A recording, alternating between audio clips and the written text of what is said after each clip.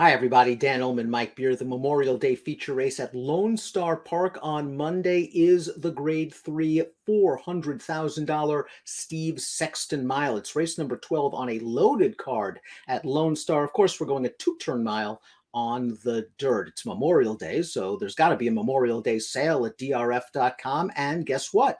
There is, where you can save up to 50% off select handicapping products. Head on over to DRF.com to take advantage of our Memorial Day sale. Here's the field for the Grade 3 Steve Sexton Mile. You'll note that the 5 Elector, according to our friend and colleague Mary Rampolini, is going to remain in Southern California and will contest the Triple Bend Stakes at Santa Anita on Sunday. That will leave us with a field of 9, and the lightly raced Shaz puts his unbeaten streak on the line. He's 3 for 3, one of his wins by DQ.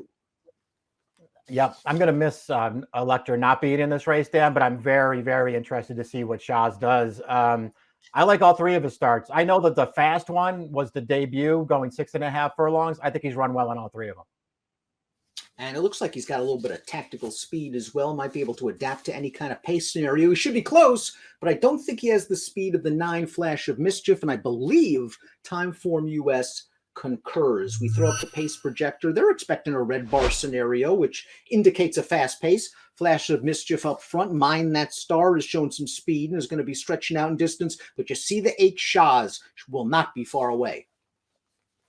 Yeah, I mean, he's supposed to be up close in this race. I do agree with you. I feel like it's not going to affect him that much if he doesn't make the lead in here, but he's not going to be that far away from it.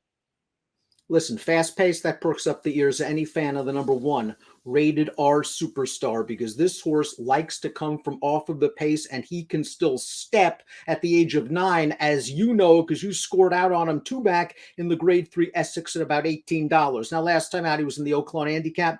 Just no pace in that race, and I think that race was a little bit tough for him. Cuts back to a mile, gets pace, some class relief. He's running on at the end.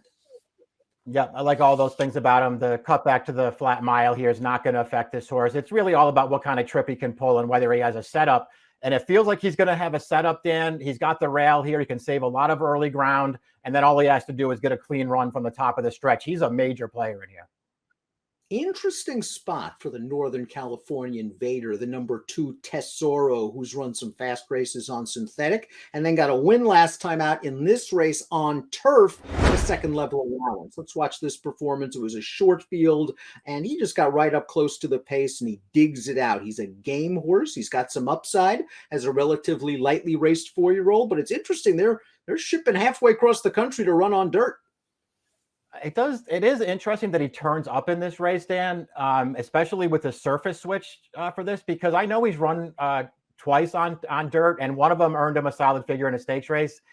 Man, you and I have talked about that Zia Park Derby before. That's not my favorite race. I know he was second in there with an 89. I don't really want to bet him back out of that kind of a performance. Kentucky Derby winning rider Sonny Leon gets the mount on the 2 Tesoro. And speaking of Kentucky Derby, Mike, the number 3 Mind That Star is a half to Kentucky Derby winner, and your favorite Kentucky Derby winner, Mind That Bird, as well as which multiple Grade 1 winning synthetic router. I'll give you $5 if you can tell me right now. Oh, I can't. Why would you put me on the spot like that when we're on camera? You know I don't know the answer to stuff like that. But I do want to take exception to how you were portraying my feelings about Mind That Bird. I'm not sitting there saying I liked him in the Derby, because I didn't. But I liked that horse. He ran very well a couple of times after that. He ran very, very well a couple of times after that. And by the way, Doulahan is the answer to that question. And if you ever see Mike and I at Saratoga, we'll tell you the funny Steve Christ Mind That Bird story. It's a hoot. The number 4 is Sheriff Brown. Let's talk a little bit about Mind That Star. Stretching out with speed, obviously has the pedigree to get this distance. Is he this good? I don't think he is. And I don't like his running style for this race. I think there's just too much working against this horse, but he is a big price on the morning line, so I'm not going to knock him.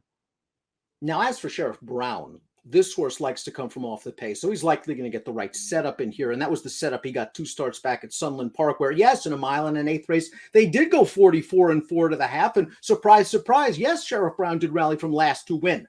Now, the pace wasn't there in his most recent race at Lone Star. I wish he ran a little better as the favorite, though. He didn't run great. He had enough working against him that you could go to the race 2 back and say he's going to get a setup. They're not going to go that fast, I don't think, but he's going to get a similar setup this time.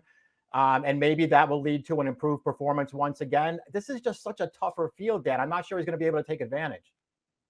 Lecter, the number 5, expected to scratch and run in Southern California this weekend. So we'll move on to the 6, Mish. And Sappy Joseph looks like he's found a nice spot for a horse that's just found himself in his last few races. He's won his last 3, but they stretched him out to the 1-turn mile at Gulfstream, and he's just been on his own on the lead. Let's watch his last race. It's only an entry-level allowance. Just remember, this horse won a $25,000 starter 2 starts back, and Mish just got loose in this race and ran a legitimate fig, a 94. Now he's run 2 fast races in a row. He's got speed. Something tells me he's going to be facing hotter fractions than what he's used to. Yeah, I agree with you there. He's been really good in his last couple of races, though, since they stretched him out to the mile. And as you've already pointed out, it's 2 fast races, and it's not 1. So that gives you, a little bit more confidence. It just feels like he's not going to be in control of the pace this time. And as well as he ran in those last 2 races, he was in control of the pace both times.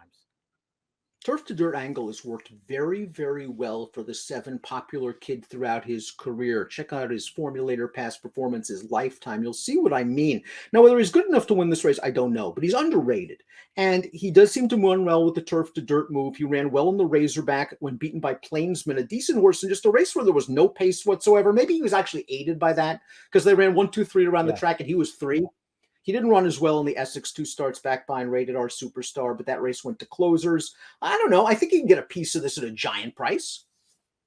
Yeah, he probably can. He's very consistent. I'll give him that. But I think, what you were sort of pointing out about those 2 Oaklawn races are the real key for this horse, Dan, because the good race is the one where he got up close in a race where they didn't go fast.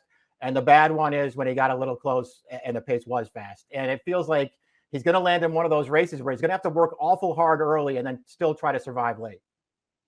Now, the number 8, Shaz, is one of those Bob Baffert transplants to Sean McCarthy, sold for 7 figures as a 2-year-old in training. Obviously, this horse had his issues. He didn't make his debut until December of his 3-year-old campaign, and then he did this. 105 fire speed figure, first time out, going 6.5 furlongs, very green as well. We see him on the outside. I like the fact that he was able to, despite a poor break, come from off the pace and get this done, and he's lugging in, and eventually he's going to get up and win this race.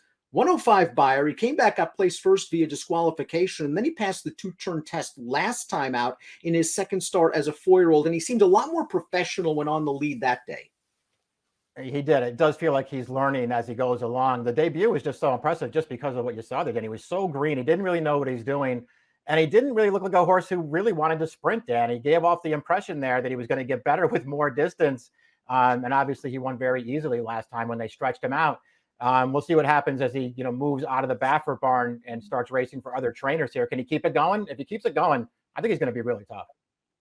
Flash of Mischief, expected to be one of the speeds in this race. Got a nice prep last time out at Lone Star. It was his first start off a 4.5-month layoff. I'm assuming this high percentage barn was using that race as a prep for something like this, and they managed him very, very well last year. Yeah, listen, this trainer wins a lot of races, and I think he wins so many races because he spots his horses really well, Dan, and it does feel like he had a plan coming into this race. He is another horse who wants to be part of the pace.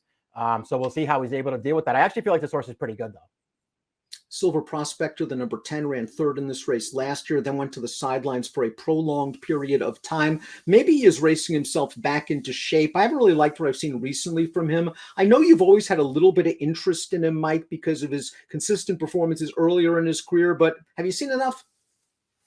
No, not really. I mean, I'm with you. I don't like his recent form. I feel like he's tailing off a little bit, but he does have a race in him that would give him a real chance in here, Dan. And he's very versatile. I mean, when they don't go fast, they'll put him up close. And when they go faster, he'll sit and make one run. I like those things about him. He's just the kind of horse that when he's a bigger price, I'm interested. When he's a shorter price, I'm not.